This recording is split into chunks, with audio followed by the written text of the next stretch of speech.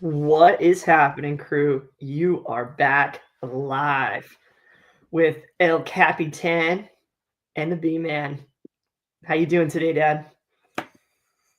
Doing pretty good. Survived the big storm here.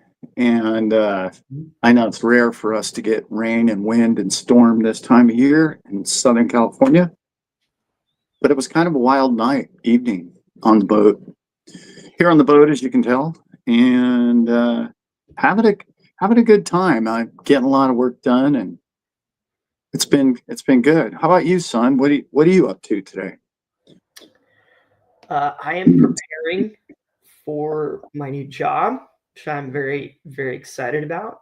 I landed a job that I feel like is kind of a calling type of thing, and plays really well into the strengths of who I am and what I've done in the past, and working with people, and so the ability to go and help a group, a private group, kind of do big things for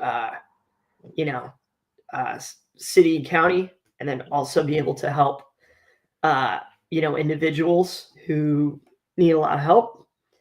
I'm going to be that guy. I am about to be that guy, everybody, and the guy that I want to be on this channel as well. So, welcome back, Dad. Sorry about that. All good. I was commenting, usually on the boat, it's no good with Alice. He's got to quickly run to the truck and pray for some bars, little Right. woo woo, and a little, little rain dance, a couple bars. But you're coming in beautiful, baby. Yeah. It's like Spielberg shooting you right now. Well, I had a call coming in, and I had to and it cut the camera off. I don't know why. So do you want to talk about your new job, or what it kind of entails, or do you want to wait for a different time for that, or what do you think? Yeah, I want to wait for a different time. Okay. But yeah, I'll be helping people who could use the help.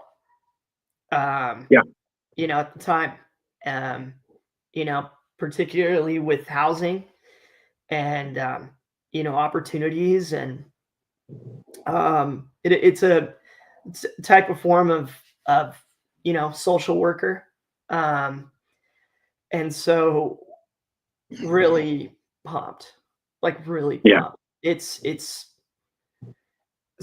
just, if you read my resume and you guys looked at my life, it's like it's all come to this. It's all hit the funnel in the valley. It's a lot of pressure in the past, but then now it's just this calm, peaceful stream, because I'm more aware, and I have that much more life experience. And like in the past, when I was an EMT when I was 19, 20, 21 years old. And at the time, it just felt like a mountain. If y'all had any of those jobs where you just like, you jumped in when you were young and you're like, dude, I am in over my head. This is gnarly. And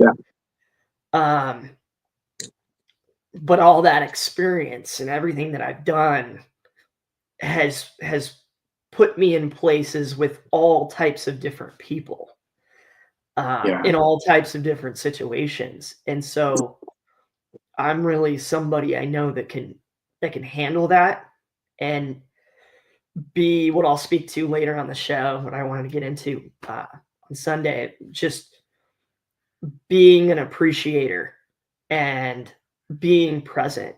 I was thinking about this in my job interview. It's so important to, Wayne Dyer used to say this, is like, practice radical humility. And at first you're kind of like, well, okay, don't I need to be confident and, gung ho and all those things? And it's like practicing radical humility to me is about being present and available and listening and communicating. And what's this person all about? What are they trying to give to you? Okay, cool. What would I like to give back to them? And being thoughtful in that. And so just remembering that I've been the person that like studied that kind of thing on my own. Yeah. I've read hundreds of those types of books, like from Wayne and others, to be able to articulate person to person and situation to situation, because I want to bring, I want to bring love and acceptance into this world. Sure. I think it's what I'm going to be really, really good at. And then when you can put that, like we try to do with this channel, right? It's like if you can put that in with being available for opportunities, and we're kind of already starting to see with this group and things that we're doing, Dad, it's like those opportunities and those little miracles and those little timings are all starting to just boom, boom, boom, boom, boom, boom, more and more and more. And I'm just thankful for it. And I know from other times in my life where it was like that frequency, and it was like every day it was like I was getting 20 different things that I was like, no way, man. No way, this is so cool. Yeah. And when you're in that spot, folks, I'm going to tell you what I've told my dad I've been telling him this since I was a kid. My dad would go on some run and he's all excited and he's pumped up. He's got all this stuff going on. He's like, yeah, man, dude, I'm fired up about this. I'm like, Dad, you stay right there. Stay right there. Yeah. Stay there. Yeah. Don't move. Don't just be present. Be available. Stay focused. Yeah. Stay in it. And so I had it. I'm in it right now. I'm in it, and I'm very, very thankful. I had a great conversation with I'm going to call them another YouTube channel. Rob, XRP 007. Many of you know who he is. He and I had a fantastic conversation yesterday. He called me up and was like, oh man, I got so much from that last video you did. And wow, this is so cool. And that's great. And man, I learned a lot. And he's such a, you brought up humility. He's very much that. And what I really got excited about with he and I's conversation is he and I are older, and what I'd really like to see happen with our society or YouTube or whatever it might be, he and I are doing, and that is inspiring people to be cool, to be loving, caring, appreciation, compassion for your fellow man, to make that cool again. And he and I got into the old guy conversation of like, I remember in the 70s and 60s and when I was just a kid, that if you were cool, you were the person to look up to in your school. And I don't know what happened over the last decade or two, but if you're a prick, you're the cool guy. It was like weird. I don't know how it flip-flopped, but it was so not me to be that guy. If I had to be unkind or short and ruthless with other people around me, I didn't want to be cool.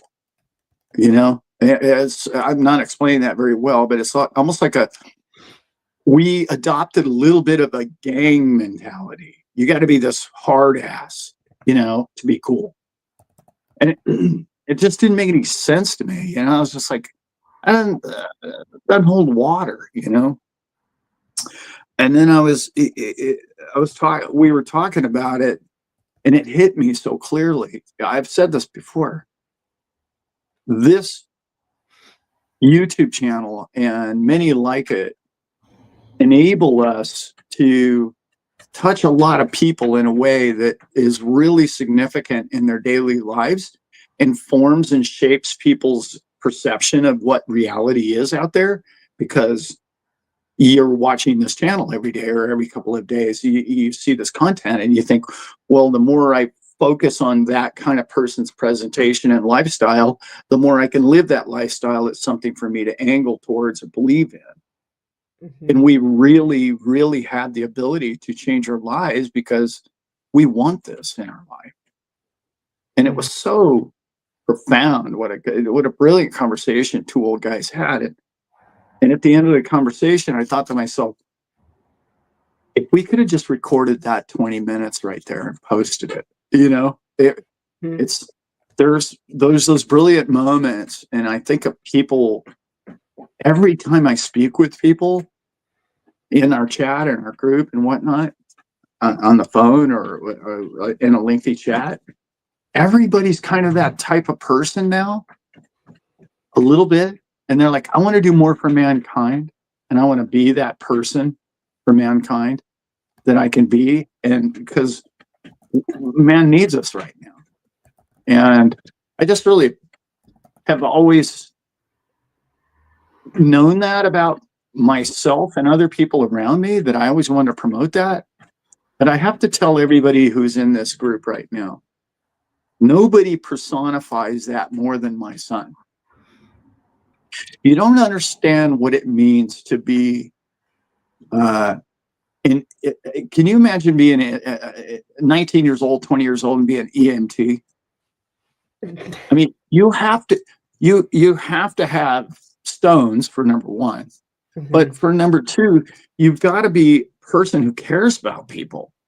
Like that has to be your primary care. Like, you know what I mean? That it's such a difficult thing. And I always admired you for that, Brent. I don't think I ever bring that up enough, that it's almost more important of a job than the emergency room. Yeah. Because you're the first person there, man. It's like, boom, this is it. This is the opportunity to make or break the next hour of this person's life, you know? It's so huge. Two things back then were the only things that made sense to me. And one, I didn't learn until I was an EMT. The first one was I was like everybody my age back then. Whether we wanted to or not, we were chucked into college. And, you know, I say that because I had no idea what I wanted to aim at. But it quickly became, you know, I was sitting there. I've always wanted to be a writer, and I grew up wanting to be a comedian because I love making people laugh. And I was like, oh, can't make fun of people. That's not me. I got that. I want to help people. Like you said, Dad, that was the only thing that made sense. And then what I learned in being an EMT was my favorite saying in that. Well, there's two. One is making chaos into order. You know, bringing organization into somebody's home or somebody's life when it is a chaos that they did not see coming. You know, and what's more important and more precious than health in the moment. Yeah, there's nothing. You can always go make more money. And so, and then the second was the duck method, which is stay calm on the surface, but be kicking swiftly underwater. And that mentality of like, okay, like I was saying earlier, being present, but you're still working.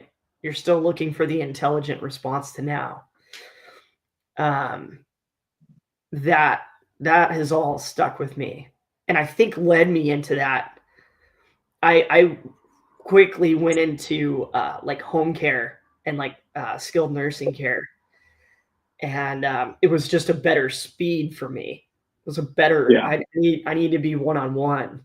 The group's cool, you know, bunch of different stuff, bunch of chaos, but one on one, I'm really effective, and Yeah. so you know that became a more of my path, and now I get to do that again. I get to embody that again in this job that I'm getting into. And for a group of people, I'm just so thankful to be going to work with. I'm just blown away by them. Um, Yeah. I literally told the person I'm going to be training under, I was like, "You look like you could use a Robin." And it's so funny, Dad, because I would not have thought of that without you. You know, my dad is so Batman on this channel, you know, and it's like, how can I be a good Robin? How can I? And that's sometimes that's just what needs to happen in relationships and one on Yeah. ones. You know, somebody doesn't need you to fly in, you know, or jump through a window, you know, on a you know dangling from a grappling hook. It's like they need somebody there that's like uh is willing to assist them or build a bridge with Right. them, or you know go into the room with them like an EMT goes into the room with the paramedic, you know, and do all the little things, you know, that they're it's like, Brent, I got all these opportunities and I got this big stuff going on, and you know, it'd be great if we got this going on and this going on, and even on our channel this year, I've understood, you know, it's going to be a better thing if I'm more present, if I'm more involved, so that I can be an extension of what Alan is to all of you. You know, it's like I really have come to embrace and love that role, because you've done such a great job with the content, Dad. You know, it's like that the backstage stuff and all this stuff. It's like I'm more excited again to learn about it, and our assistants Yeah. have done just a fantastic job. Um, and it's exciting stuff. This is the stuff I live for. These conversations and this kind of awareness in working with people. Um, yeah. I it's funny how people give me a lot of credit for the content of my show, but what they realize that you realize that they don't realize is that that's who I am. I don't have to study to be that guy. You know what I mean? It's weird. Yeah. I have that. Everything my show is the way my mind thinks. And that's how I think every day, all day. That's what I think about all day, every day. So having an avenue or a camera to put it out on, everyone's like, wow, man, you must have really studied all night long for that video. And it's like, no, man, that's where my head is all the time. Mm-hmm. And I know you know that more than almost anybody else. My dad's antenna is up. It's just running through there to a screen near you. Yeah. Oh, Yeah. So it's go not, on. and a lot of it's not good information sometimes, Right. but it's all going to come anyway. You're going to get it either way, whether you like it or not. Yeah. But Take what you will. yeah. Um, And I have one of those minds that I just can't shut it off. You know, it's like, forget it. I'm not even going to attempt. But, and that's great because that's who we all are in this space. You know, it's good to have a different perspective. Because there's so many, in particular the XRP channels. I don't know why it is with XRP channels, but it's almost all news, almost all of it. Like, yeah. like Bitcoin channels and stuff, they're getting more into what the monetization of it means. But like XRP channels is all like, what's the next cutting bank that's going to use it tomorrow? You know, there's less perspective in it in the community. So yeah. Who's that in this? Love these comments, guys. Yeah, somewhere on my journey, I was a mail courier also for the USPS in Cambria, California, which if you can get one of those routes, I highly recommend it. I'm an 86 baby. Every day, life is a journey and needs to be balanced. Good for you, Brent. You can see how proud your dad is of you. He always has been. Thank you for saying that. We got to get to Sean's here. Brent, would have been a real dark, humorous twist if you became an EMT and it turned out you became a comedian. It turned you into a comedian. It's kind of what happens, actually. Yeah. It's exactly what happens. Yeah. No, you're going to be just fine. Yeah. Not even. No. If you don't really laugh, if you don't laugh in that job, you cry. Yeah. You cry.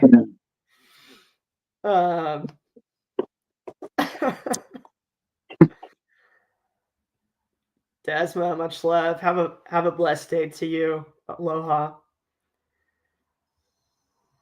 Aloha to you, brother or sisters. Yeah. Wow. Sips. Sowing good seeds into humanity produces fulfillment beyond riches. Those with those foundational principles will exponentially create tremendous change for many when our digital assets boom. Couldn't have said it better ourselves. Got that right. Dude, you got a YouTube channel? Oh, yeah, you do. Hey, everybody, go check that out. Go check our boy out. Let's blow his channel up, Brent. Let's just blow him up today. That channel is worth checking out, guys. You know what? My next video, I'm going to talk about that channel. I have to. Yeah. There's such good content in there. I watched a show of his the other day. He did about I say the other day, it was probably 2 weeks ago now, but it was so good. I was just like, wow, man, look at this guy. He called me all of us as zipsters. And I was like, perfect. I've been insulted, far better than that in the past. So I was like, yeah, man, I'm zipster. You got that straight. The next crew hat, instead of crew member, we'll just zipster. Right. Yeah, I'll just be a zipster. Yeah. Yeah, love it. Yeah. Zip's good man. And his lovely wife. It was so good to meet everybody out there. Simon. Hola, hey, amigo. I know that guy. I'm on the road, but I'm listening. Sending good vibes to all of you in the chat. My brother. So you're texting and driving is what you're trying to tell us. You're very distracted right now. Please, the sound of my voice distract you, Simon. Yeah. Simon's capable of doing both. Yeah, another one, and I actually brought this up to Simon recently. It's him and Zips and Money Paradise and Ghost Money and people who Northern Living. Yeah, people who created their own legend channels. We've really wanted to promote you, and the only way to do that is to ask the chat. It's like, if you're with us, we're with these guys. These people are like, we're not just talking about them right now because they're here, but we're talking about them because they're present in our life, and they're as remarkable of people as we could hope to be. And I'm so excited to get their wisdom and their friendship and all those good things in my life. But their channels are awesome. They're awesome. What they're doing is awesome, man. Yeah. I can't get I want to watch more Zips, and I want to watch more Dipito. That's top of the list for me. There's a real misnomer out there that the more subscribers a channel has, the better the show or the information is. I have not found that to be true at all.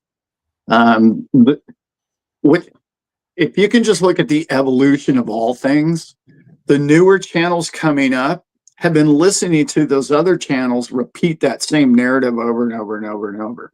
So the new channels are bringing a new perspective built on that old foundation. And if you can look at it like that, you want to find the smaller channels, and they're invaluable because they've made a decision that I'm good enough. I can pull this off. I can compete with those other channels because I have something to offer unique. That's so that when you can grow that perspective, like if you find yourself watching the same show, like every episode they put out, that's cool. There's not a problem with that. But if you're never watching new shows, like new channels, then you're really not growing. Yeah. Because so many, how do I put this without insulting channels? So many channels just repeat the same thing over and over and over and over and over and over. And it's like, wow, man, there's no growth here. Like, I'm not going to throw anybody under the bus, but there's a few channels that I watched 10 years ago, and I could open it up today and I can tell you what they're going to say. 10 years ago. It's just, wow. And they have 200,000 subs. You're just looking at it going, wow. All right. Yeah. Anyway, I got one for you. Wait a minute. I had a unique situation the other day that a YouTube content person brought up to me. He said to me, Alan, how is it that you had 30,000 views and you only have on a video and you only have 23,000 subscribers? He goes, does that happen to you a lot? And I'm like, no, not really. But I mean, that's kind of unique. I hadn't even looked at it like that. He's like, that's incredible. Like most channels get maybe 10%, if they're lucky, of their subscriber count. Watch a video. Anyway. I found as a user, Dad, when I have like the kind of information and the kind of things that you talk about, and I've done it so many times. I've watched some of your videos 5 times before. Not just to break it down for the show or to have content for Sunday, but it's like, I really need to digest this. And this is the video I needed at this time, at this part of the week. And I'm vibing with it. And, those repeat views where it's like, dude, I'm glad we need this guy. We do need to put a disclaimer in there that your comprehension skills were quite low in school. So, we. I may or may not have ingested glue at one point or another. Yeah. Disclaimer. But yeah, I appreciate that.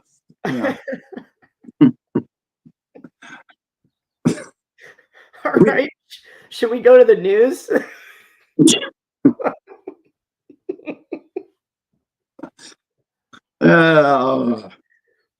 Well, yeah. In today's news, everyone. Yeah. Breaking. SEC approves April 30th launch for XRP ETF by ProShares Trust. We'll just go ahead and skip on through here. This article I'm reading from you today. Thank you, you today. SEC has given the green light for ProShares Trust to proceed with its XRP ETF offerings, officially setting April 30th as the effective date. This launch will cover multiple XRP-focused ETFs. The registration update specifies that the amendment designates a new effective date for a previously filed amendment regarding the ProShares Ultra Short XRP ETF, ProShares Ultra XRP ETF, and ProShares Short XRP ETF. The SEC filing notes that the amendment was made solely for the purpose of setting the April 30th launch. Important to note that such ETFs don't get the same stamp of approval from the SEC as spot products do. They only go into effect if the agency doesn't object within a certain time period after filing. The filing shows that no immediate effectiveness upon filing was selected, with April 30th chosen for the effective date. Yes. It's a big step for XRP. It truly is. And it's the CME is going to have futures markets with XRP. This is a big, big deal. Is it always mean number go up? No, it doesn't. But you know, I reminded somebody the other day in a conversation that I think you can look it up. 2017, December 17, 19th, something like that, was the first day of a futures market in America. Bitcoin was at 19,900, and within 10 days, it was at $3,000. They wrote paper future shorts to crush the price of Bitcoin. That happened. I happened to be involved back then, and I watched it happen. So be careful. Like, it's not always good news to have the futures market, because futures just really means what you think the price of something's going to be out in the future. And people place a lot of money trying to control markets with futures markets. So whatever that means to you, you know, that can be good and bad. But because 50% of the market momentum comes from Bitcoin, I think it's going to be less of an issue for XRP. I just don't see a futures market being able to say, oh, I'm just going to crush XRP down to 20 cents today. They're not going to be able to really separate Bitcoin volume going or momentum price going up to just crush XRP when everybody else is going up with the tide. I don't think they're going to be able to do that necessarily with those paper contracts. So to some degree, you're still correlated with Bitcoin and the bigger, broader market of crypto. So it should be good. But I would prefer a spot market, obviously. But that's coming. I think there's, 18, 19 more coming. Big. And the CME is big, really big. So, yeah, it's going to be big. Huge, as they say. Bobby said, do you guys take November 22nd, the aisle 22 deadline will be the date everything gets approved, and including regulations. And then Zip's commented here, by Q4, things will be fun. Regulations, ETFs, ISO. To answer his question, yeah, probably. But they keep pushing that ISO back. So maybe. I mean, do I know that they're going to do it? I don't. But I hope so. I think we're ready. I think it's been in the background long enough. But if I were a betting man, I'd say they're going to delay it again. But who knows? Because they've delayed it so many times. But I want everybody to tell. This is so big, guys. The amount of liquidity coming into this market, to all markets in May, I think is going to truly blow people's minds. It's coming. It's here. I know there's a lot of doomsday channels out there telling me that it's going to crash, and I've been hearing that for I don't know how long. I bet, not if you look at the empty money supply, and not if you look at what's going on, and not if you look at the interest rates around the world dropping. I just don't. I think the tightening's coming to an end, truly. And let's remember what the top 10 coins, 4 or 5 of them hit all-time highs with no liquidity in the market. Bitcoin with no liquidity in the market went from its previous all-time high being, 69,000 or whatever it was, to 108 with no liquidity. It's never done that before. What happens this time with liquidity? What happens this time when they turn the printer on and just let it fly again? It's going to be exponentially better than that last big move up we had, say, December, January for XRP. That's my macro guess anyway. I'm going to call it a guess. But we've never had a time in the crypto market where they did put massive amounts of liquidity in the market and crypto stayed level. We've never had that ever. So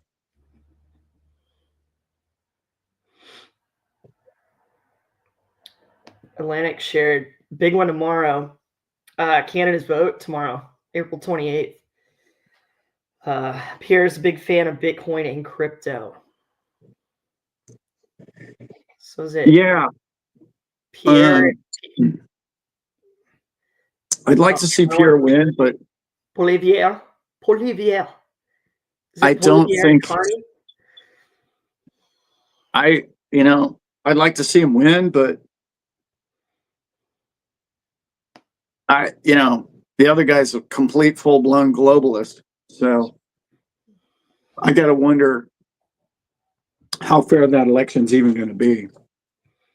I'm not trying to, put a downer on it, but I don't know. I don't know enough about it. I don't even follow politics, let alone Canadian politics, all that much, but I know who that character is. Dude, Oak's talking about backpacking. We were just talking about backpacking, Oak. Nice. Shall we go together, perhaps? Right. I backpacked the Sawtooths in Idaho, and a pack of wolves were a mile down the valley where we were last night. Very cool listening to them howling in tracks in the morning. But the grizzlies, gnarly, dude. Yeah. I'm one of those, tender-footed, Eastern Sierras with the sweet black bears that just want to lick the peanut butter off the tree. I'm one of those. So, bro, teach me how to be a grizzly man without us getting chomped. I love that. No thanks. I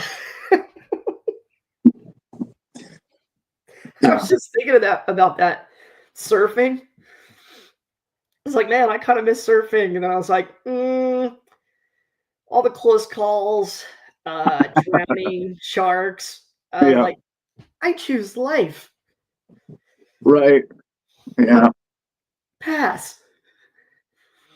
Yeah, there's nothing like being in a canyon and hearing a mountain lion go off, and you're like, oh, yeah, I stand no chance athletically against that creature. It's not a fair fight.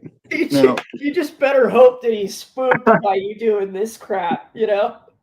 Hey, bear. Yeah. It's like Steve Searles real fast.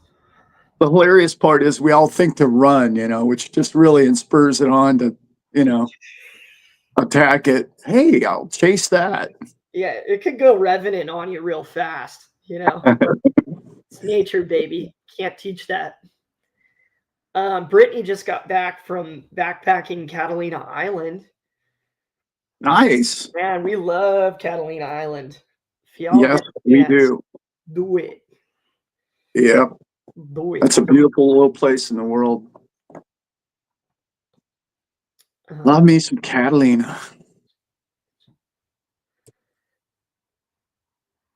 That's one of my favorite little beaches right there where Brent and I hang out. Mm-hmm. The only legal beach in the state of California where you can drink alcohol on Catalina Island.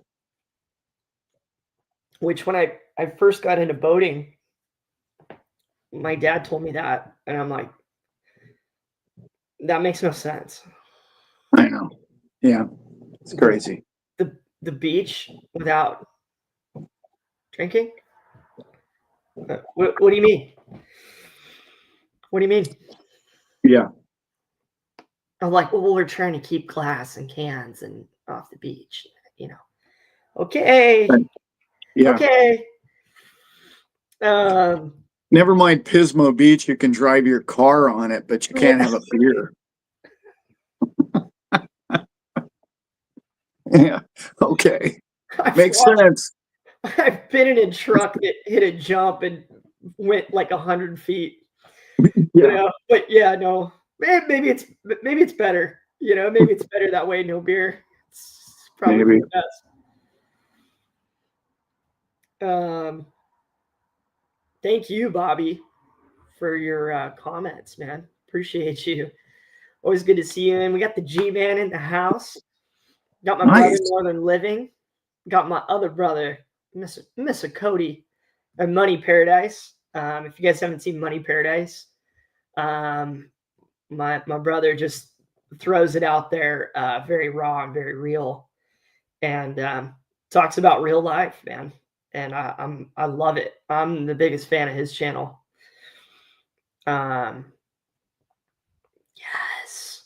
got my sister Brittany. Ooh, here's a good one. What do you got? Welcome in to you, Dad. By chance, have you ever considered hanging out with Jordan of Waters Above channel? Yes, I would like that. The rumor is he's coming to Vegas, but I don't know that to be fact. Somebody told me that knows him quite well on a personal level, so that they were going to kind of hook the two of us up.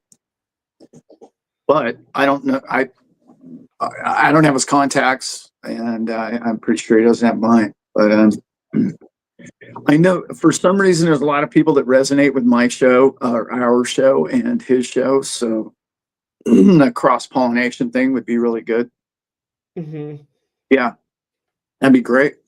I should do more. I think I'm planning on doing more, but it just I've been so. I know it's a bad excuse, terrible excuse is that I'm so busy, but I really am busy.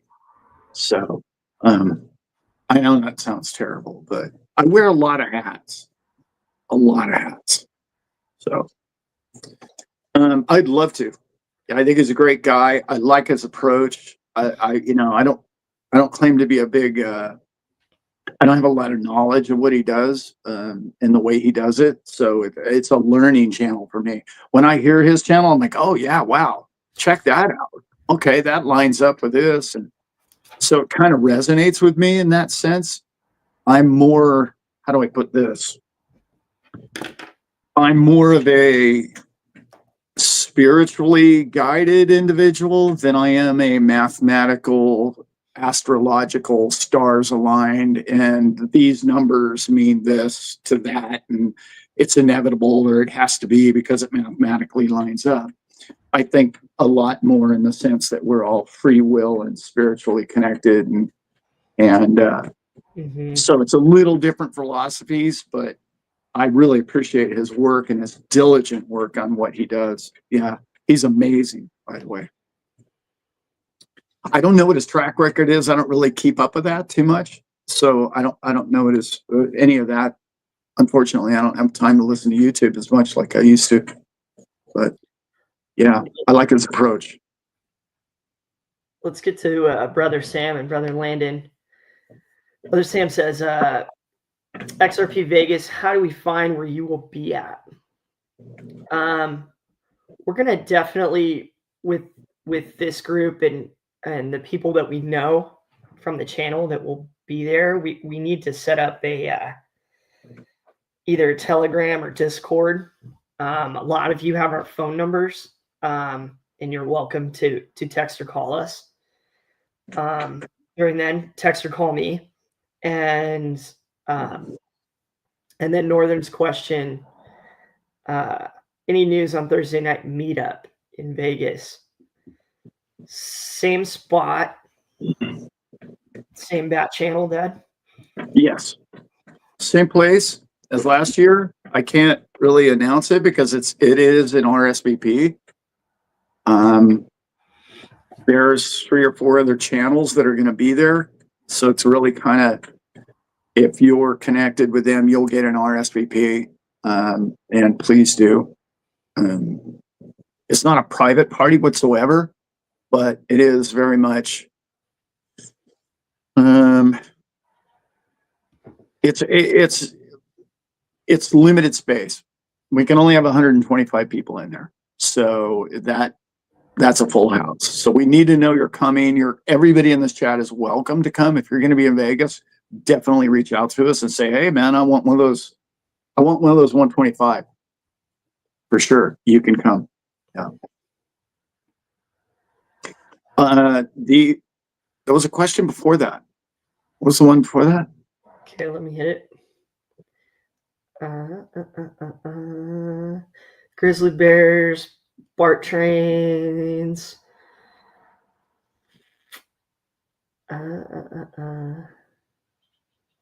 Anyway, I don't remember. But my bad, guys.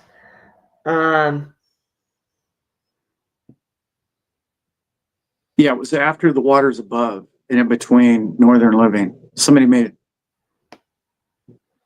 Anyway, put it back in there. A lot of Grizzly in there. A lot of Grizzly Bear. A lot of Grizzly. Yeah. Atlantic. Well, always so articulate. Thank you. Alan, you, Waters Above, Coach JV are the big 3 that don't diss Bitcoin. You guys are big supporters of Bitcoin and XRP. Not one or the other. You believe both will thrive. With the hand clap. Yeah, I love that too, man. I'm so glad you said that, Atlantic, because that's actually very factual. There's nobody like it's amazing how many people in XRP are anti-Bitcoin, and there's a lot of people spreading that narrative, and maybe they're right. I don't know. Maybe, it's a big giant rug pull. I don't know, but I don't believe so. So yeah, JV and I, and by the way, I will be interviewing JV in Vegas. So yeah, Waters Above is going to be there. I'm going to get him in the booth as well. Oh, I know what the question was. Sammy, how do they get a hold of us? I would walk around and I would look for 2 guys who are pretty short wearing this hat. That's how you get a hold of us in Vegas. Yeah. Short guys. And with these hats on would be a dead giveaway as to how you get a hold of us. About 5'6", 5'3", with the wind at our back, and heels. Yeah. With pumps. Yeah. Yeah. Yeah. So it's our party obviously is the best way, but inside, once you get in the show, there's a area with booths. We will be doing interviews in that area. We have one of the booths, and we're going to be doing a live show, as many of you already know. We're going to do 6 hours of live streaming both days. So it's going to be fantastic. Yep. All the people that you want to hear from, Waters Above and whoever else, DAI or Brad or Zach or Molly, Dave, Molly, mm-hmm. Bob Cunningham, Mickle. Mickle. Are we just going down the list? Yeah, let's go down the list. Who else? All right. We forget. All Mel right. Carmine. The legend. The legend. Mr. Sean. He'll be interviewed as well, for sure. Mr. Quincy Jones. Quince, definitely. Mm-hmm. We got James from Caleb and Brown. Reaper, if he wants to. Reaper will be on. Mm-hmm. Good. Mhm. We got Rob 007, Mel Carmine, Simon and Melissa from Typical Crypto. Yeah, Zach. Ray Fuentes. I know you set up with earlier in the week with Bitcoin Ben. Very excited for that one. Yeah, that'll be a separate show. Yeah, and then 68J, To if he wants to go on. Yeah. There's some other ones in there we're forgetting, but Boone. Lewis Jackson. I don't know if Lewis is coming. I don't think he is, but it's been offered to him. Dave and Judy. Yep. Yep. Dave from Digital Outlook, DAI, and Brad Times. They'll both be interviewed. And probably a few people from the stage, I'm guessing. But yeah, and I'm forgetting at least five people on there. So that's just the early list. Yeah. And all of those you'll be able to see live on this channel for a 6-hour all-day live presentation. So that's what we love to do. What's that? I'm gonna do some XTC deep diving before that. That is Becky asks, is Jimmy Valley coming? No. No Yimmy? It's a long story, and I can't tell the story, so I won't. Okay. Very good. Moving right along. Yeah. Yeah. I begged him. Begged him. He's not coming. Molly will be there. Yeah, for sure. Data XRP Vegas says, not really an answer. Everyone says soon, but it never happens soon. I've been waiting 8 years. Thank you, XRP Vegas. Except for one thing, XRP Vegas. If you bought XRP 8 years ago, it was under a penny. So I'd say you did pretty good, bro. Yeah. Yeah, you're real good. If you've been around 8 years. You might not have yacht money yet, but you're going boating, you know. What is that? 2000. That's 2000X. Hello. If you had 1,000 of them, that means you have $2 billion today. I wish I was as smart as XRP Vegas. Right. Sean says, Alan, let's get down to brass tacks. Are we ziplining down Fremont Street this year in Vegas or what? Or what? Clearly. Yeah, or what? Yeah, or what? Yeah. Fremont. Yeah, Fremont is a scene, and we will do that again for sure. Yeah. Yeah. I'm guessing. So cool. Yeah. Jesse, what's up, my love? What are the dates? XRP Vegas is at the very end of May. I'm going to look up specifics for you all. 29, 30, I want to say 30, 31 or something. The party, so our private party with Dave and Judy will be Thursday, May 29th. And then the show is Friday, Saturday. So the 30th and 31st. And then everybody go home. And I will be in Vegas all week. I'm going to the Bitcoin show the 3 days before. So I'm going to be in Vegas, I don't know, Sunday or something like that, through Sunday, something like that. Yeah, I think Monday through Sunday. Monday through Sunday, yeah. Mm-hmm. Yeah, it's going to be a long week, but a great week. I can't wait. It's going to be fun. It's coming really fast. I'm just like, uh-oh, we got to get a lot done. What other questions you got in there, Brent? I can't even see the chats. Oh, man. Let me throw them up for you, Dad. Say, Ray, really good to see you. I'm so thankful to have accumulated a solid stack of ISOs over these few years. Got in 21, got our gold, silver, pews. Got us good, baby. That's what I'm talking about, girl. Yeah. That's what I'm talking about. Good to see you in the chat. Must have assets. Must have crypto, precious metals. Third on the list, I would call real estate. But real estate's going to go down before it goes up, I think. Bobby G says, thank you for recommending A Course in Miracles. I listened to it on YouTube as I'm driving my truck cross country. Perfect, bro. Yep. Perfect. That's all the driving I did cross country was that kind of thing.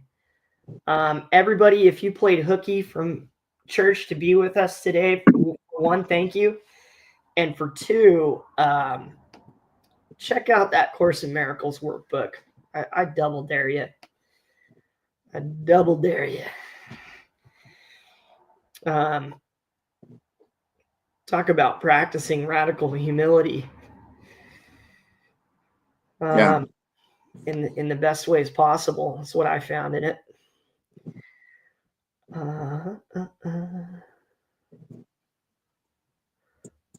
Okay. Crazy. They're talking about Stronghold, Dad. Stronghold is a great up and coming project. IBM is also involved. We got a first timer here in the chat, James. Hello, first time watching your live show. I know you're big on XRP, and I am too. But what do you think of Stellar Lumen?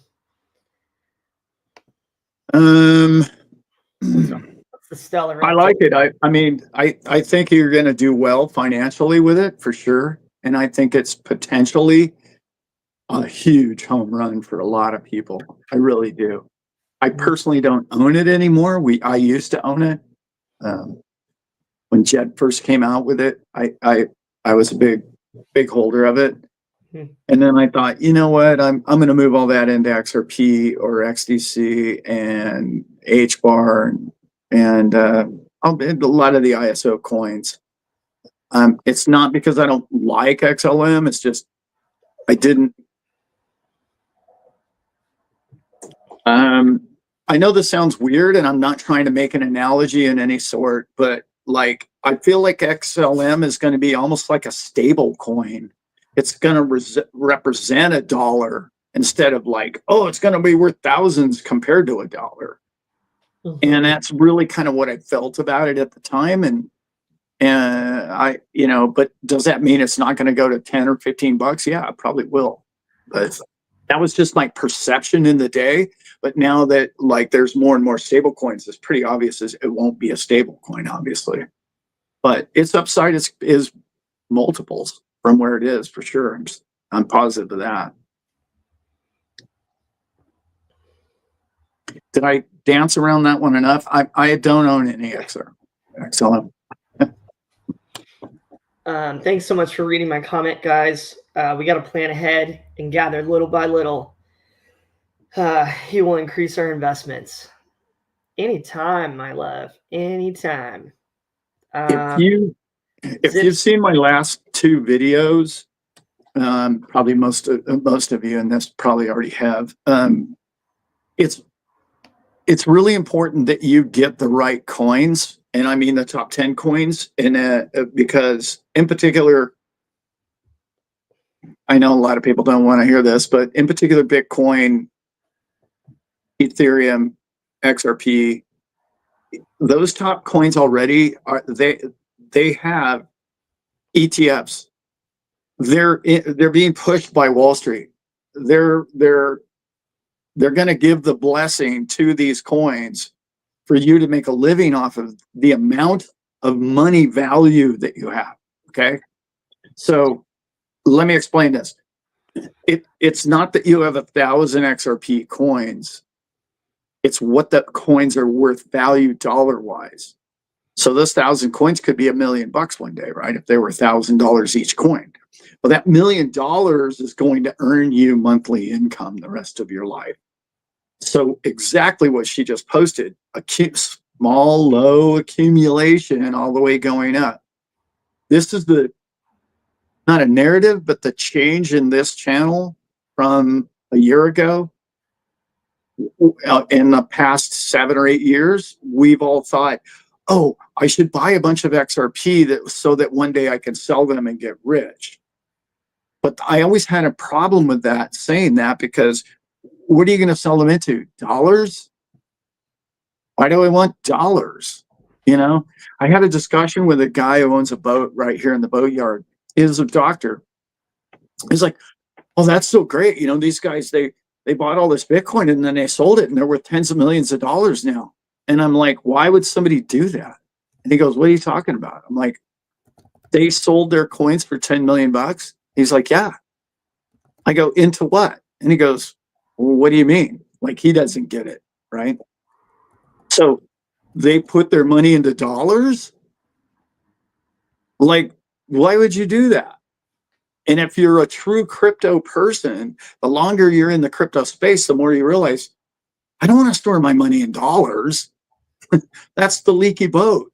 That's the boat we're all trying to get out of and get into a life raft of your favorite crypto, because that's holding its own, like, and doing better. Like, you know, it's up 200% if you're in XRP over the dollar, 300% in just the last 2 or 3 years. So for me, explaining to people that you'll probably never sell your crypto. Like, how many years ago was it, Brent, that I told you and my wife, Elizabeth, I said, we'll never sell our Bitcoin. And back then, 5, 6 years ago, I would say that to people and they look at me like I was crazy. Like, what do you mean? Why would you? Oh, it goes up $1 million. Why wouldn't you sell it? And now the world's starting to understand why you wouldn't sell it, because retail's not buying Bitcoin anymore. Retail's buying XRP and Ethereum maybe. They're not buying Bitcoin anymore because it's too expensive. I don't want that. So who's buying it? Banking institutions. Who's paying you to own it? Banking institutions. So you're going to own, just like bonds have paid people, or just like blue chip stocks have paid dividends for generations to come. The day is here now for Bitcoin, not yet completely mainstream for XRP, but any day now, 6 months, a year from now, you're going to be making money monthly on the amount of dollar value. So the more that XRP goes up in dollar value, it's not how many coins, it's how much money am I going to return 5 and 10% on monthly, so I can live off of that. And what that's going to promote is you're never going to have to sell your coins for money. It's the perfect hodl. That's your hodl right there. Is like, I can pay all my bills and pay in fiat my bills, my buy a new car or buy a new house or whatever it might be, go on vacation with this fiat stuff, but never have to sell my coins. And we're there now. Mm-hmm. But people with real vision 5 and 6 years ago saw this coming, this day coming. The simplest way I can think about it is, okay, I got my goose, and my goose is growing and growing and growing. And now it's the biggest goose in the world. And people are like, oh, well, we'll buy it from you. Dude, that's the biggest goose in the whole world. Like, you know, I could put it on an exhibit and, you know, people will pay me money to go see it, right? But as your goose has gotten bigger, it's going to lay bigger eggs.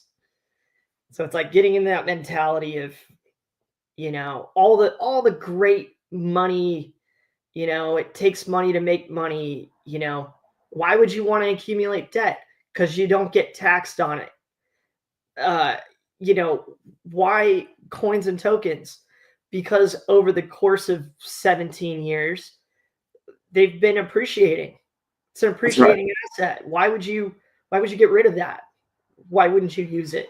Why wouldn't you find the tools and the bonds that are being built on it and the companies that are going to use it and find ways to allocate, reinvest? There's another thing that's very important. What we focus on in the future here. Yeah. So let me take it to the next step. Mm-hmm. So now let's talk about your taxation. Okay. So when you, Mrs. Smith, buy 100 XRP coins and you sell them, you take in profit on those coins because Mrs. Smith bought those coins and Mrs. Smith profited and has to pay capital gains tax on those coins. Now, there's a thing called passive income. When you earn passive income from an investment, Mrs. Smith didn't make the money off the money being profited from the coins through the ETF. The coins made the money, not Mrs. Smith. Coins made the money. That's passive income. Okay. It's a whole different tax bracket depending on where you put it. Okay. So your monthly income doesn't have to be taxable to you on a personal level. That's where this whole channel's taken everybody.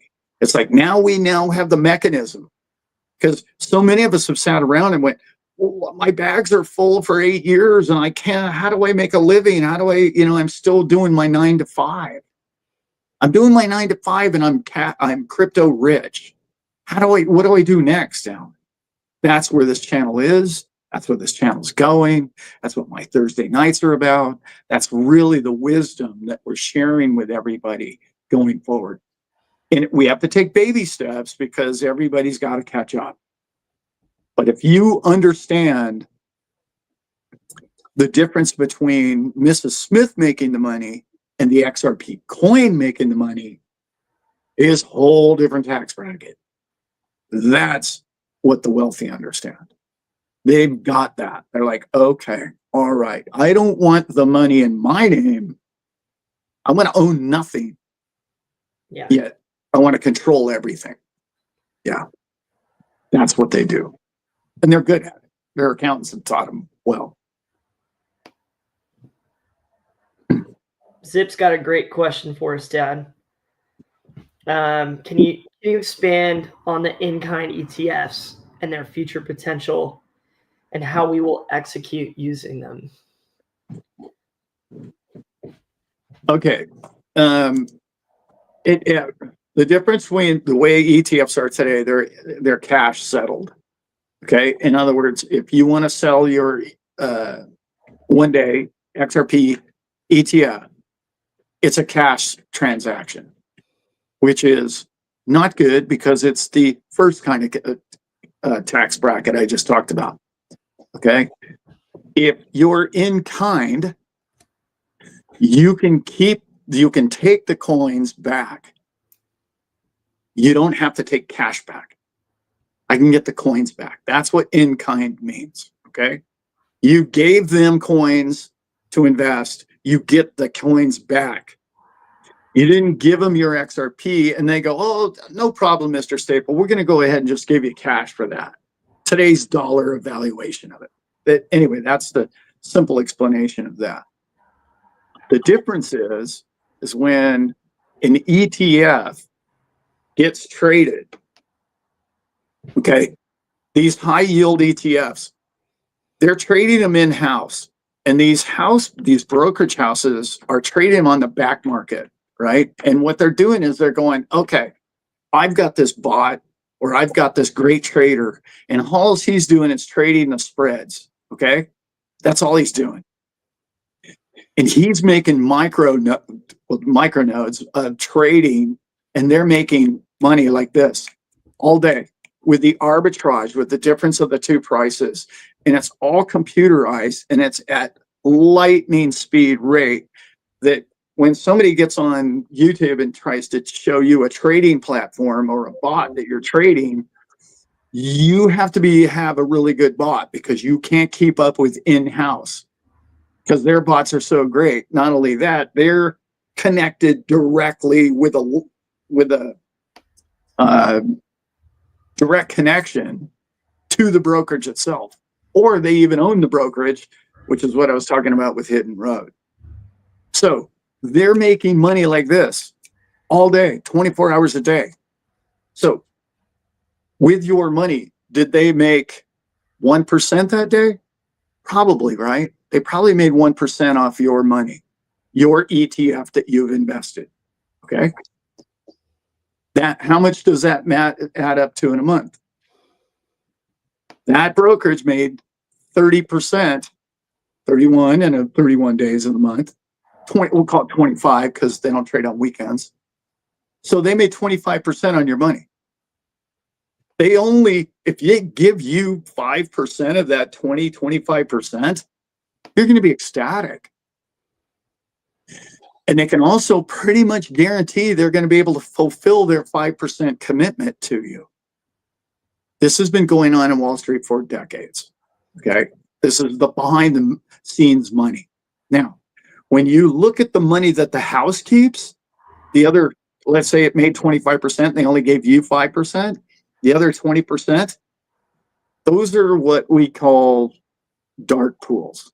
I don't want to get into that, but you can look up what they essentially are.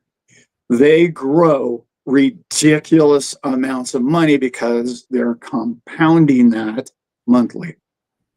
Well, there's never been a better product to trade with a bot than crypto because of vol. Your volatility has been known in crypto, and it's assured. There's also another little sneaky thing that's going on with these ETFs. It's really, really, really easy to manipulate, because as big as you and I think crypto is, it's only a $3 trillion market. So they want it to fluctuate. That fluctuation is pure profit.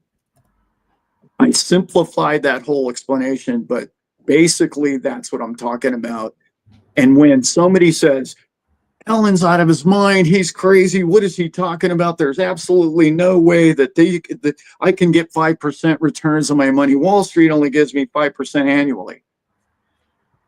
They're thieves, and they've been thieves for a very long time, and they've implanted the chip in your brain that says, oh, well, if I put $1,000 in my bank, I only get less than 1% interest. And yet we put up with it for all these years, right? Wall Street's the same thing. Oh, anybody that tells you can get more than 10% return on your money annually is a liar, or a thief, or a rug pull, or a Ponzi. Well, just look up, do me a favor, everybody, and look up MSTY on your brokerage account. It's an ETF, and it's MicroStrategy's high yield account. And it's no less than 5% over the last 8-9 months. It's Wall Street paper. You can get that through Merrill Lynch. So tell me that I'm lying about that. No, look it up. It's math. They are making money on your money. Yeah. I love when people spell my name right. That's awesome. Yeah, I love that. Yeah, me too. Tells me it's not there. Well, we know who that is.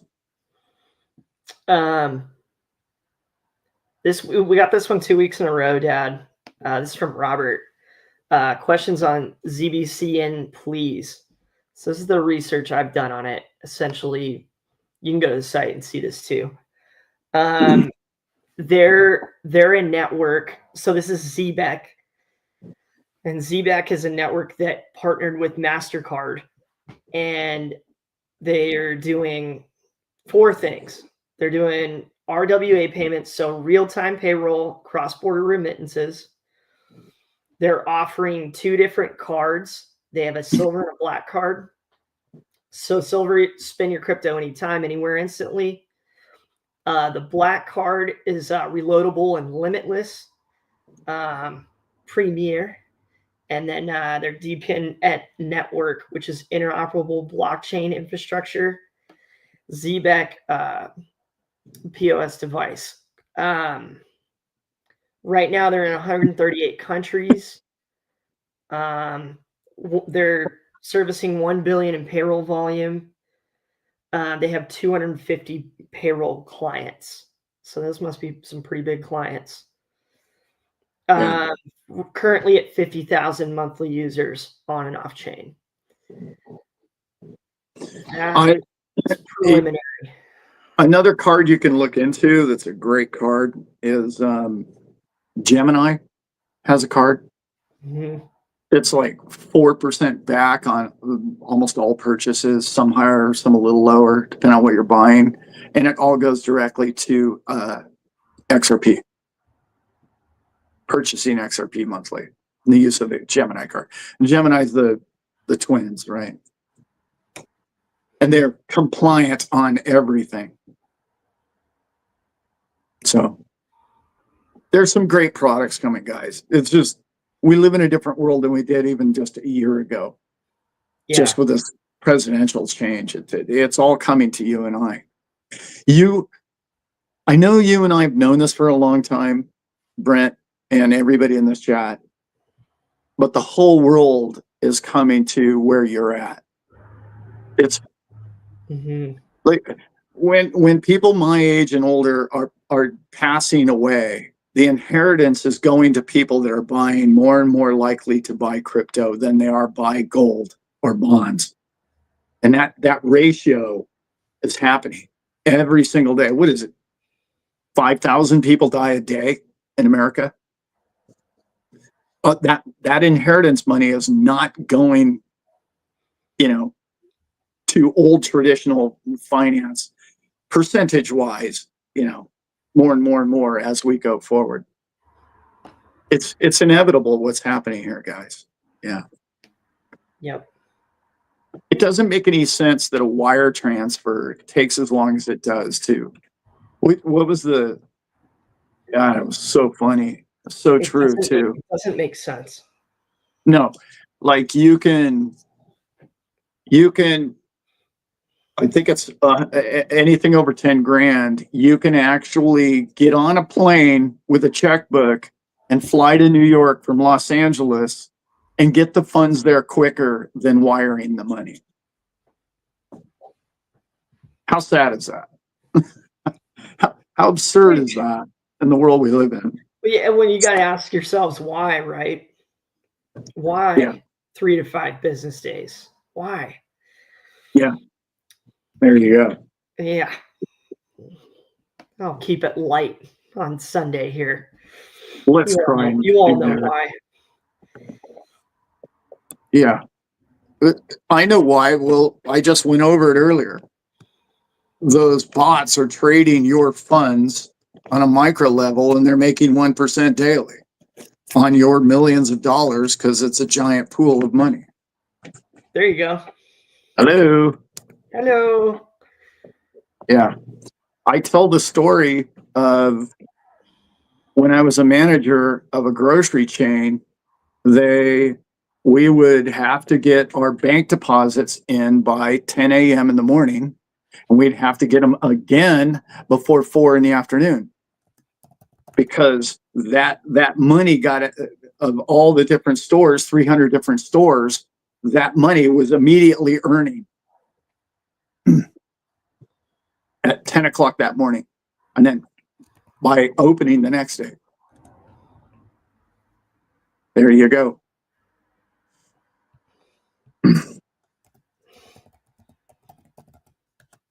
What else we got in there, Brett? Gosh, it's been an hour and a half. Holy smokes, that flew by. INDX. Do you know what that is, Dad? INDX. Okay, I'm gonna. No, sorry. Let's see what this says. I'm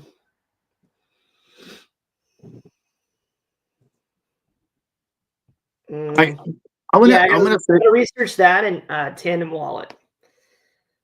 I want to say something here, guys. And appreciate the shots. Okay. I don't know when, but the music is slowing down right now, and I don't know if you guys know this or can see this, but your layer ones are where you want to be. You don't want to be looking for the coins that are 0.005 right now. Okay. The days of those going to $1 are behind us. I'm guessing here, right?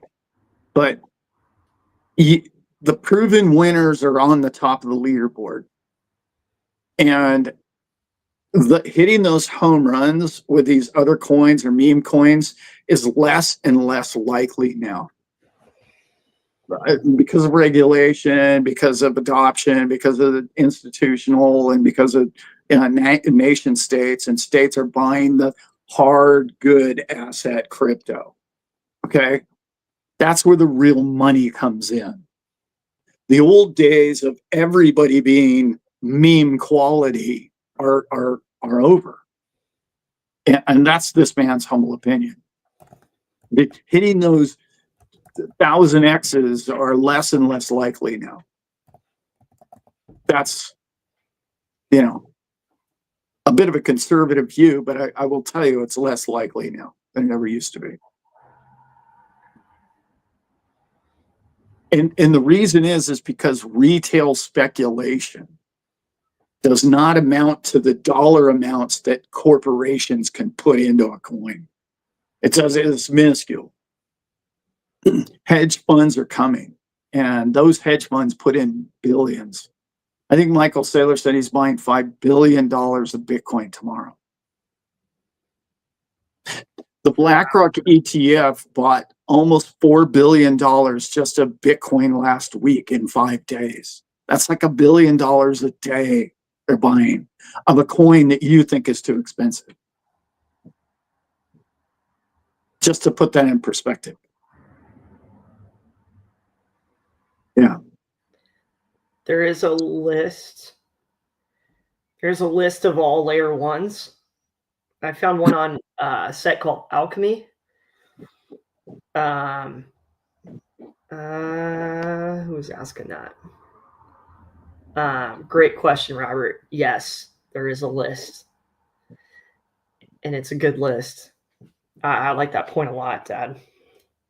We have proof of that. We have evidence of that. In these cycles, in these runs, where Bitcoin pumps, Ethereum pumps, your layer ones pump, and then you tail off a month and you get dip, and that's when your altcoin season starts. Typically, that's in a nutshell. And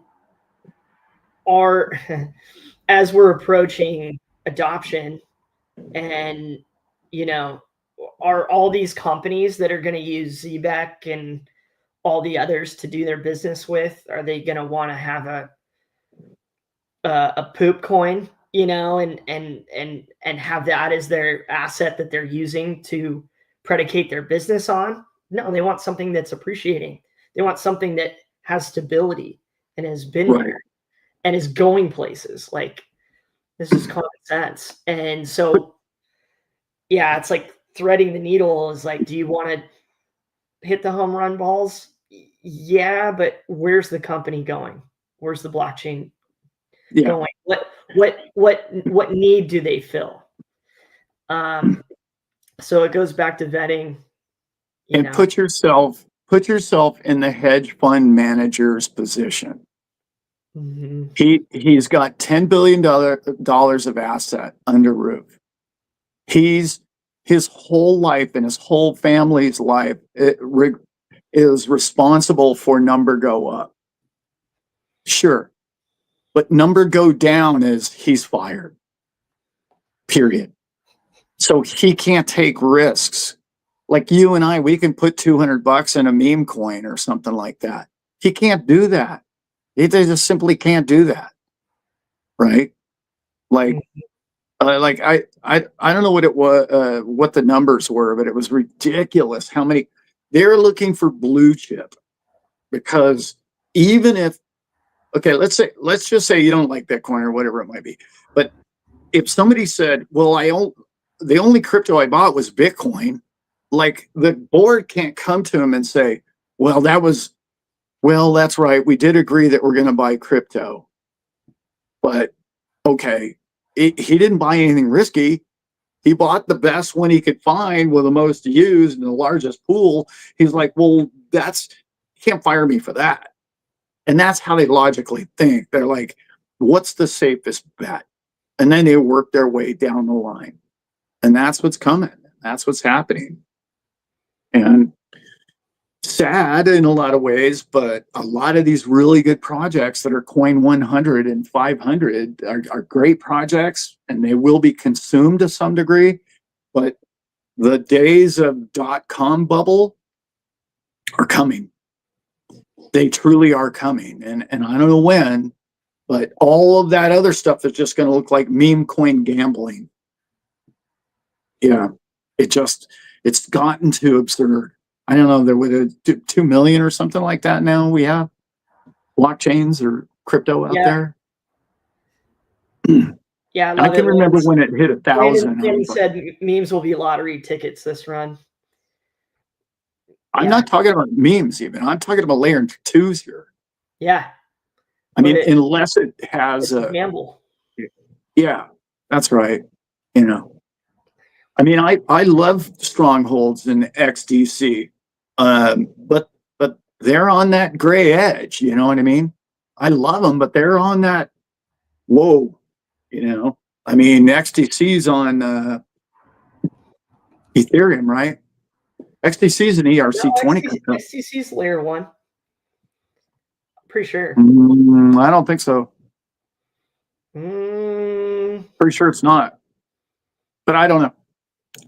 I'm pretty sure it's not. It's an ERC20 coin, I think. I don't know. Yeah, no, you might be right. I don't know. Look it up real quick. But so that's the kind of thing that I'm talking about. It's like, well, wait a minute. What are we investing in? And if you're 20, you can play around with meme coins. But if you're 50 or older, you might want to, I don't know. That's why I was, Dad, I don't know. Yeah. We were both right. Yes, XTC network is a layer 1 blockchain. It's an EVM compatible enterprise grade blockchain that supports smart contracts, protocols, and tokenized economy. The XTC network is designed for applications that require high transaction speeds and near zero gas fees. But it runs on Ethereum, no? Huh, maybe not. No. Maybe I got. I thought it did.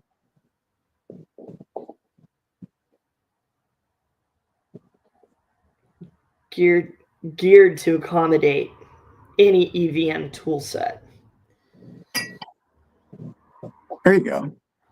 Well, you learn something new every day. Mm-hmm. What do we got, crew? Becky asks, Alan, do you think BlackRock is waiting on an XRP ETF until they see others get approved first? Maybe. They're not. BlackRock doesn't really care what anybody else does, to be honest. I don't know. That's a great question. What I misspoke in a video that just came out, and I said that there was 50 million XRP wallets. No, there's only 5.8. I looked them up because somebody said, no, there's only 2 million of them. I'm like, no, there's more than that. So I said 50 million. There's over 200 million Bitcoin wallets, and there's 5.8 XRP wallets. So that'll tell you your market cap, right? That tells you kind of, it's not just the dollars, that gets traded every day. It's like, how many people own these things, right? And when you look at the percentage, think about that. 200 million wallets have Bitcoin in it, and there's only 21 million coins, right? Well, there's almost 6 million wallets for XRP for 100 billion coins. And that's how, when I'm talking about big money, they look at this. They're like, that's a small pool. That's a tiny little, how much demand is there for XRP right now? Now, I know institutional demand is there, and that is truly there. We know that.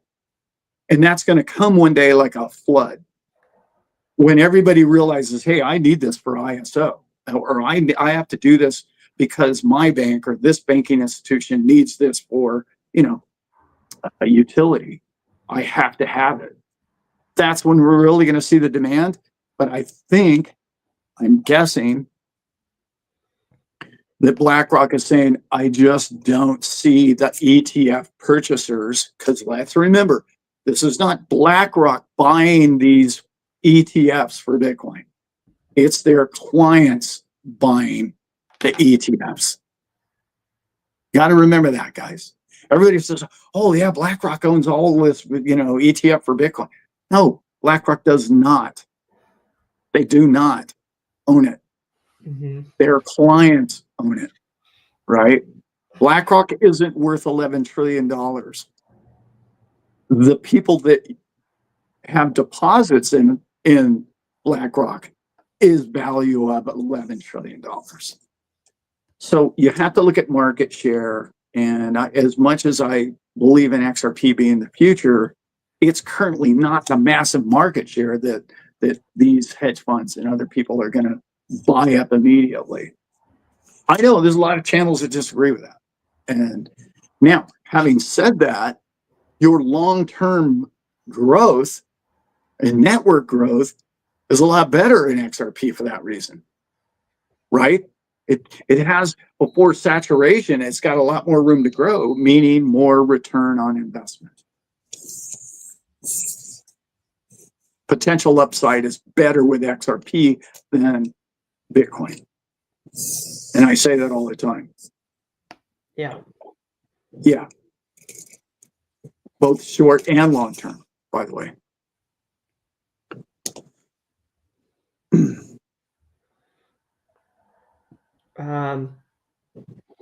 Love it, Viking Cat. Good to see you. RLUSD is meant for institutions to use to avoid market volatility. Every time you would swap to RLUSD, that would be a taxable event. I like that. I hadn't really processed that. It's funny. I love that you talk about stable coins so much, Dad, because I think a lot of us we're layer one bound, and heavily invested. And it's like, okay, it is still kind of price go up, no matter what you say, no matter what you think. But, what can we hold? What can we use for stability to avoid volatility? First of all, I would like to say that is not 100% an accurate statement. Mm-hmm. Okay. People that don't understand asset protection, yes, you're absolutely correct. But if you have an LLC or a trust, that transaction is not taxable. Mm-hmm. So yeah, they're accurate, but yeah, if you're doing that transaction as John Smith, yeah. But if you're doing that transaction as the Staple Crew, no. Mm-hmm. If that makes sense to anybody. Yeah. That's how the big game is played, by the way, guys. Like Jeff Bezos doesn't buy assets and sell them as Jeff Bezos. Why would he do that? No, you don't do that. Don't do that. He does that as Amazon. Me too, outdoor. Me too. What did he say? I think I need a trust. Yeah. Right. We're all day. gonna get there, and we're all gonna get there in this group. Oh That's yeah. for sure. And you don't need one today, but like when XRP goes to $50 or $20 or whatever, however big your bag is, it's going to become very obvious to you. You need a trust. You're going to be like, uh-oh, now I'm rich. Now what? Now what do I do? Then you're going to say, I can't afford not to have a trust because you've worked and saved and hodled for so long. And now your assets are worth millions of dollars, and somebody can come along and take them from you. Some fancy lawyer is going to take your money. Not all of them. I'm just saying, if something were to occur, you have a barbecue and somebody slips and falls and they know you got 10 million bucks in John Smith's name, that lawyer is going to take all of your dough, period. Mm-hmm. It's sad, but that's the world in America anyway. Yeah. That's the first thing they do is look at how much liquid money, cash you are worth. That's the first thing lawyers do.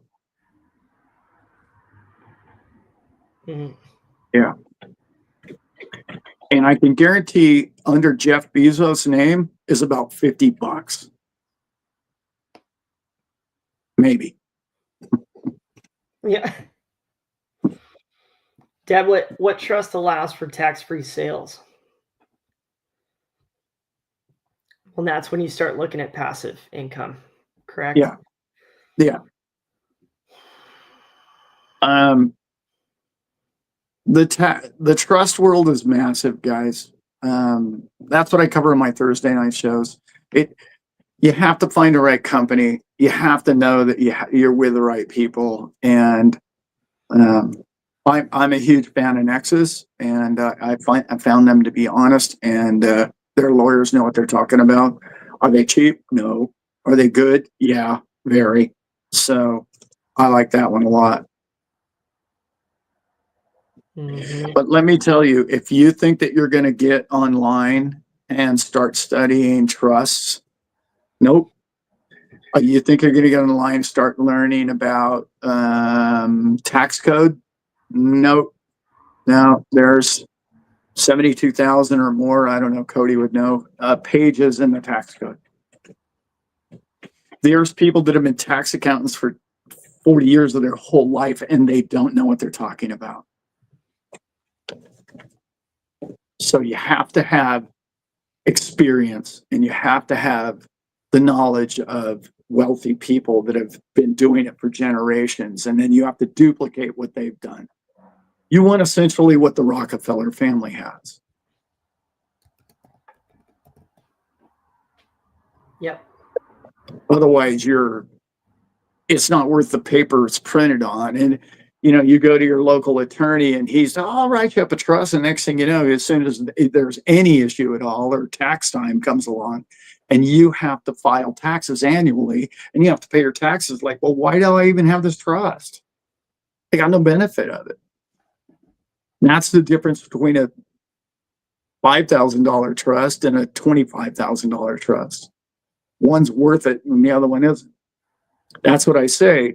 If you're only selling $50,000 or $100,000, or if you're only making $100K a year off your crypto and passive income, well, it's probably not worth your getting the trust yet. But as soon as you make 250 to 200K a year, then you're like looking at the business expense of a $25,000 trust, saying, I have to have this. Yeah. That's where you immediately go. But a lot of us aren't in that tax bracket yet. Real quick, Dad, when do you need one? When do I need a trust? At what point should I consider it? You should consider a trust if you are about to inherit a large sum of money. If you're about to sell a house for anything over $200,000 in profit to you. If you're about to sell your business. If you have personal rights, in other words, you are a artist or a songwriter or something along these lines, your name, reputation is worth something of value out there to the world. Like if this channel was larger, then it'd be a good idea to put it under a trust.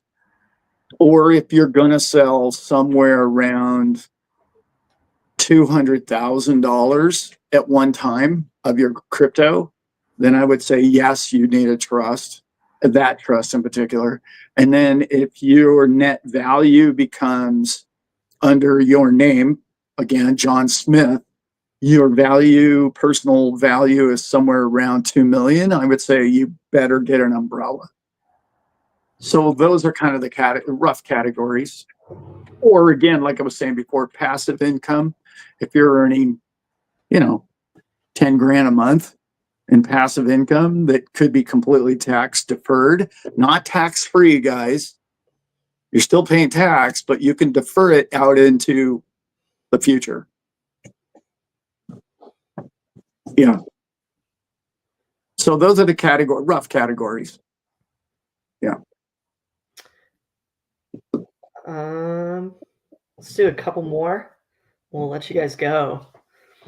Hi, Alan. If Wall Street gets XRP ETFs and only retail buys or puts 3 to 5% allocation in, there seemingly be lots of people who are afraid of being responsible for crypto keys, but want the gains, right? Yeah. Yes.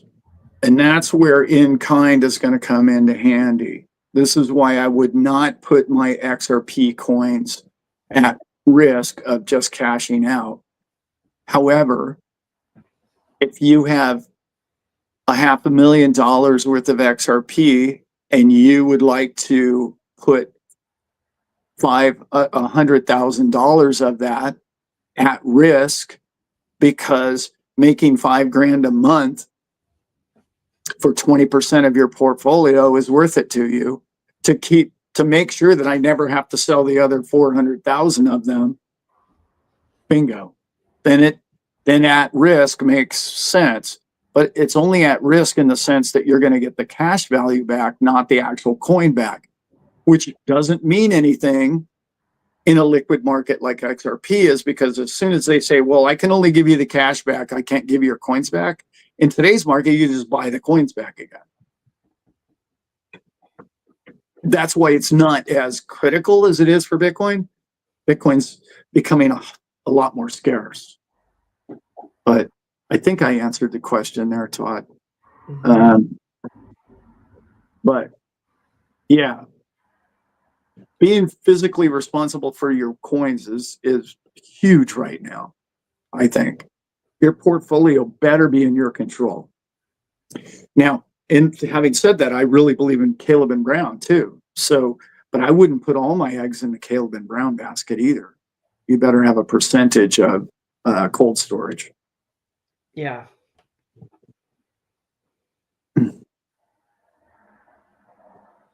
I would one day feel very secure with a company like Hidden Road, who is now owned by Ripple. And let's remember, they're not partners. Ripple owns Hidden Road. And let's also remember, that's $7 trillion worth of trading base that's starting immediately. All of those trades, all Brad has to do is say, we're going to do all these trades possible in XRP now. Every single one of these $3 trillion worth of net trades in an annual basis, I want all those on blockchain immediately, and I want them all running on XRPL. It's ASAP. You know that's what their staff is working on right now. What is that going to do? That's going to create a $3 trillion market space for an XRP coin that Cardano doesn't have. The Ethereum doesn't have, right? They don't have that. They don't have a brokerage that doesn't need permission.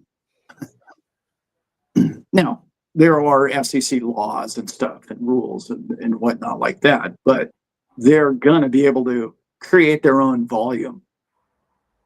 It's really, I don't know why I'm the only channel talking.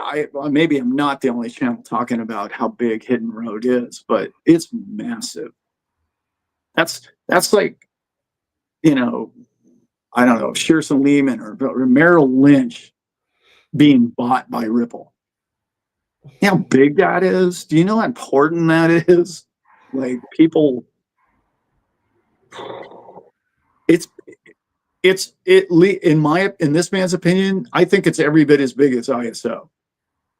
And I know ISO is a whole lot bigger arena, but I know the retail profits of brokerage houses. When you're the ISO and you're the digit that just transacts around the world, there's not much margin there. You're almost a stable coin. I'm just saying, you know what I mean?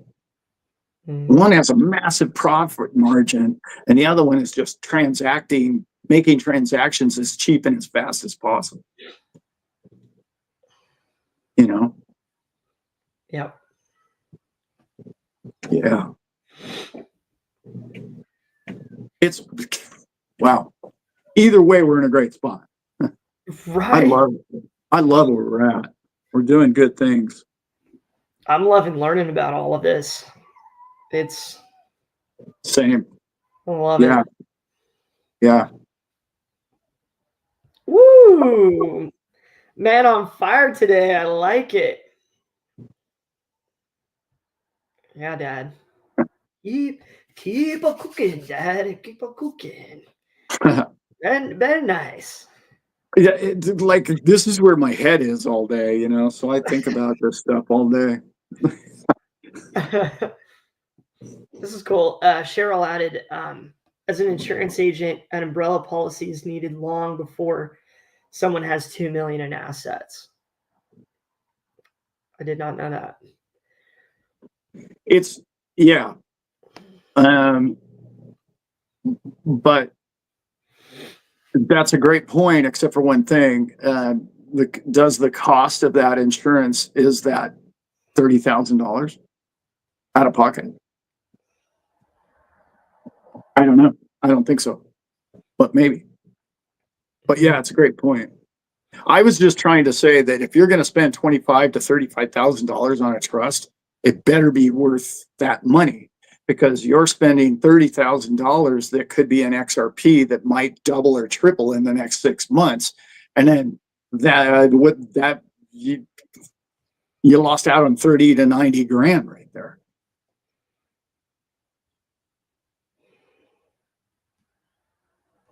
That's all I'm saying about that. Dude. Whoa, Christopher. Whoa. Whoa. That is too kind. Too kind. Yeah. Much appreciated, brother. Much appreciated. We're here for you guys. I just like to bring thank common you. sense to finance. I Yeah. try to make it simple. What did Oak say? Thanks, Alan and B man. Big moves coming. Oh yeah. Yes, By the way, guys, I'm looking for a big May. yeah. I'm looking for a big week this coming week. I could be wrong. I'm wrong a lot. Somebody But, yeah. mentioned, are we pumping right now? Is it? Nah. XRP went from flat to like 2%. Oh, okay. Oh, that's good. Yeah, that'll work. Yeah. 224. I'm looking for Bitcoin to break all-time highs by the end of May. So like 110, and then cool off for a while and then go back up again. But and I'm looking for XRP to be somewhere around by the end of May, like again, all-time highs. Well, higher than it was in January. Yeah. I think May's going to be good. But again, I'm guessing. It's kind of an educated guess just because of liquidity and where the market is. And I think these tariffs are going to be behind us. I think it's going to bring a little bit more clarity to the market. When the market gets clarity, then it goes up. Mm-hmm. Yeah. They don't like turmoil. They don't like indecision. Remember, it goes back to the guy who runs the hedge fund who controls $10 billion. And it's like, oh my God, this is getting a little crazy. How do I just stay level? What do I invest in to make sure I don't go down even 1%? I don't care to make 5%. I don't want to go down 1%. Yeah. And where do you put that? Yeah. Ultra conservative money.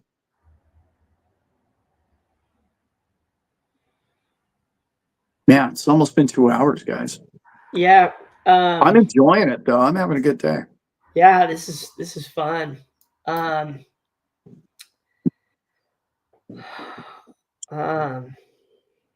Thanks for listening, Carlos.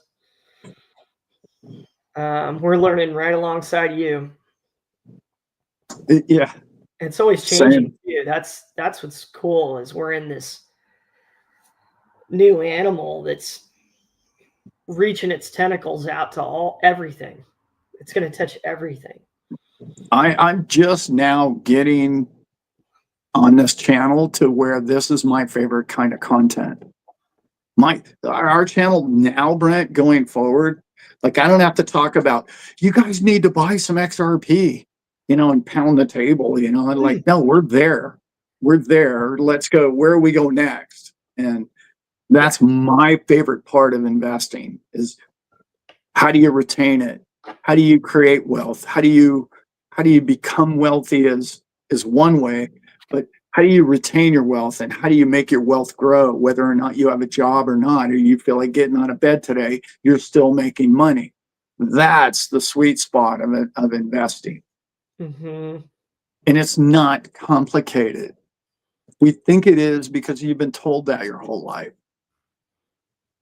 It's not complicated.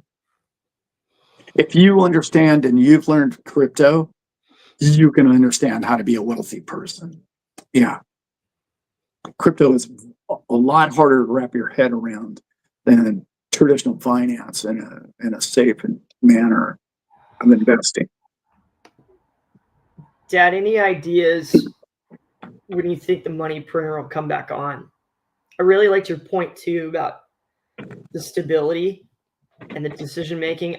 The tariffs were certainly a thing. And so I guess now it's like what becomes of that? What decisions are made and how long is needed to stabilize? So where Well, I mean, companies are going to want to dive back in. to answer that question, if you look at the M2 money supply, it's already going up. Okay, global M2 money supply has been going up. So I would say already it's happening. It's happened. Yeah, Dave said, guys, India is just 10x their M2 money supply. Yeah. So it's already happening globally, and China and Europe's all over that. Europe's just dropped their interest rates again. The money supply is out there, and what the U.S. has been trying to do is try and keep investors in the U.S. dollar. So they don't want to really turn the printer on until they really have to. But as we all know, they have to pay the $9 trillion debt by the end of the year. So they don't have any choice. I mean, they're not going to find that under their pillow tomorrow. They're going to have to do it sooner or later. But it's already coming globally. Yeah, you can see it's just starting to turn upward. Yeah. Mm-hmm. Yeah. Any thoughts on Ripple's next acquisition or merger? I guess what's needed, to extend said tentacles. Yeah, I'd like to see them own a larger bank. I know they own that bank in Europe, but a larger bank would be handy. Something a lot more institutional. And then I'd also like to see him get involved. Well, I said that in my video, but I'd like to see him get more involved. A large crypto company get more involved in real estate, and I'd like to see him, which kind of I think they already are in the background without talking about it. I know they are. And then I'd also like to see them get more involved in insurance, because I know we have an insurance agent in the house, but one of the things I think that is really ridiculous is insurance costs. And I don't think that agents are really important, but if you look at the amount of money that's held in insurance companies, there's just billions and trillions of dollars, and it should be locked up, and it shouldn't be locked up, and it should be more liquid, and it should be moving around more. But these things are such conglomerates and have such a stranglehold on the movement of money that I'd like to see that. I'd like to see them tokenize insurance. Then there's some good ones out there starting. Yeah. There's a great company by the name of People's Reserve, I believe it's called. They're a great bank. I mean, it's Bitcoin based, but it's really, I love what they're doing. They are about to set the financial world on its ear. Really cool what they're doing. So they're loaning money for people who have crypto assets. And they're not just writing the loans so that they can end up with your coins. They're writing the loans because they want to see you empowered. It's great. Yeah, People's Reserve Bank, I believe it's called. Let's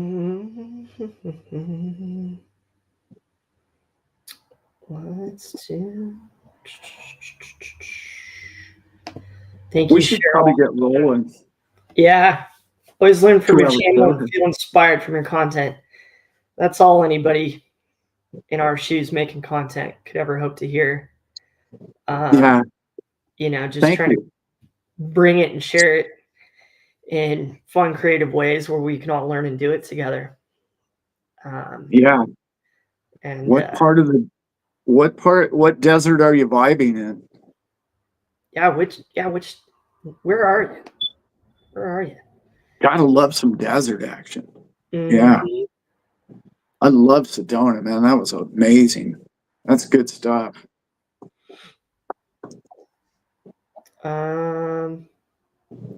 Appreciate you all. I have yard work. Have a great week. Yeah, we do too. Yep. I'm house sitting, and it rained yesterday, and they have dogs, and the dogs tracked mud through the entire home. And so I got some cleaning to do, got some job prep to do. I want to go help people, and I can't wait to prepare for it. Thank you, Becky. Appreciate that. Yeah, we appreciate you. What Robert asked, what bank was that, Alan? What bank were you talking about? I believe it's called People's Republic, or no, People's Republic, People's Reserve Bank. I believe it's called. You can look it up. Yeah, People's Reserve Bank. Good stuff. And also, I really like Caitlin Long's bank too. She's doing great things. Yeah, have a blessed day. We got Vernie in the chat. We got Vern in here. Nice. Vern, my lovely wife Elizabeth is in the chat. We got 140 people in here, Dad. You got to be kidding me, dude. We never have that. Was the market pumping or something? What's going on? What must be having a good hair day. Yeah. We don't have those. That's why we wear hats. Right. Yeah, Queen said People's Reserve. Talk to you later, folks. We'll talk to you later. Good luck on that election tomorrow, Canada. Hope it goes the way you want it to. For our Canadian brothers and sisters in the group. That'll be interesting. That will be very interesting to see. Personally, I would vote for a bus driver over either one of them. But that's just me. Probably do a better job. Just saying. Thank you for the comments, home base. Todd, much love, brother. Have a great rest of your Sunday, man. We'll see you in Vegas, Todd. Hug the wife you for and us. Bonnie. Cheryl's coming from Tucson, Arizona. I drove through there.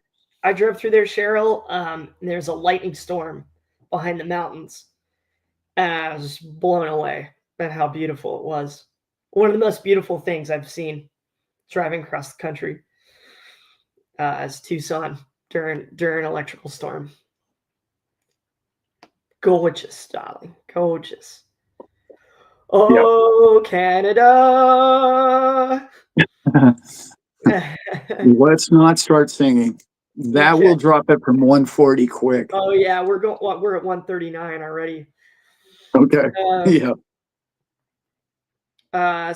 Underpass just joined us recently. Saw you with Mel Carmine. Been a fan ever since. Very cool. Thanks, man. Appreciate it. Yeah, it was weird. It's like our group and the people in Mel's group, and there's some conflicting. It's conflicting. I've even had a conflicting moment personally with Mel, where I literally like, yo, dude, like, what? Excuse me, you know? Yeah. But also have since learned to love that about him, and he has such a strong following, and he has such strong opinions, man. Love that interview with you too. If you guys haven't seen it, that was a really good job on that. Yeah, it was good. It's a first of many we'll be doing together, I'm sure. Yeah, really. I too find him a little rough around the edges, but that's perfect because you don't want everybody to be the same. That's what I appreciate about Mel. Yeah, he makes me think, and I like that. It's good. Wait, I still don't know how to do this for 3 years that way. What side is what? Yeah, I know. That's the. Are we at Tatanka? Tatanka, and I'm. Are we? Yeah. Yeah. Okay, man. Are we out of here? Vincent We're out of here. All right, guys. Love you all. We'll see you next week. We'll see you next week. Love you guys.